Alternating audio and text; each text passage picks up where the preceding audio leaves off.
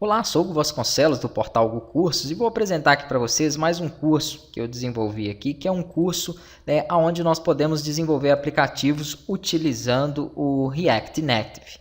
Tá? Então tive muitos pedidos para poder desenvolver aplicativos utilizando React, eu fiz aí com Flutter, com Ionic, mas não tinha feito ainda com React e ele parece bastante com o Ionic. Ele tem alguns recursos aqui, eu vou estar utilizando aqui o Expo para a gente poder compilar, para poder fazer os testes, e vou passar bem detalhado para vocês. Esse é o curso introdutório, basicamente para quem nunca teve um contato com React. Eu vou iniciar mostrando um pouco sobre React nas primeiras 9 aulas e depois eu passo para o React Native, onde vocês já conhecendo ali um pouco da estrutura aprendem sobre os componentes, tá? Eu tive muita dificuldade para fazer a instalação dele nas últimas versões, então eu resolvi seguir o que é mais indicado, que é trabalhar com o Expo. O Expo é muito simples, com cerca ali de 4, 5 minutos você faz a instalação do React sem nenhum problema, já utilizando todas as últimas novas versões aí, sem ter que ficar configurando caminho para Java, SDKs, nada disso, tá? Então ele está muito simples.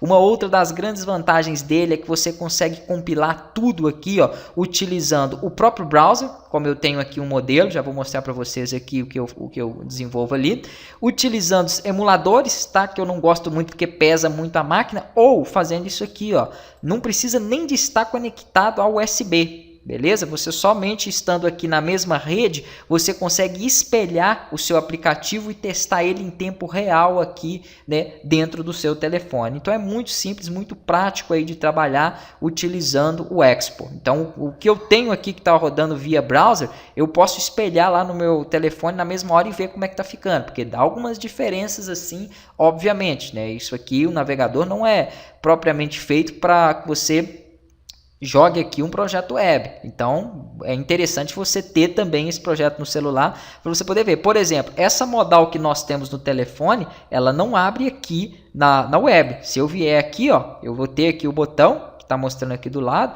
Eu estou utilizando aqui um telefone Samsung, vou clicar, e ele vai dar o efeito que foi colocado e aplicado ali, e eu tenho a chamada da modal, tá? Então vai ter algumas diferenças aí, poucas, mas tem. Vou colocar aqui um nome e um telefone, E aqui nós fizemos somente basicamente isso. Ensinei a criar componentes, criar aqui algumas funções, tá? Trabalhar com list view, trabalhar com a estilização. É o básico mesmo, a entrada aqui e a referência de componentes. Eu utilizo para poder compilar aqui e desenvolver o Visual Studio Code, Você não precisa nem de ter, como eu falei aqui, o Android Studio.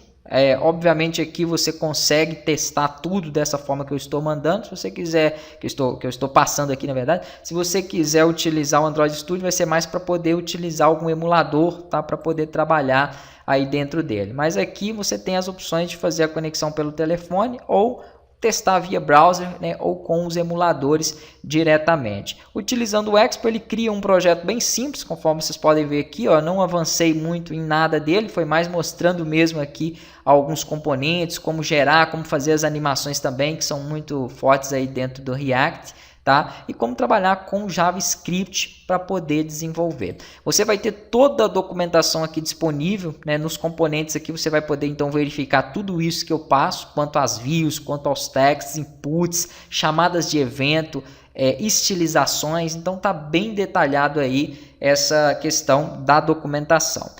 Trabalhei recentemente, como eu falei, com React, com Ionic e com Flutter, tá? Entre o Ionic e o Flutter, eu prefiro o Flutter mais por uma questão mesmo de estrutura.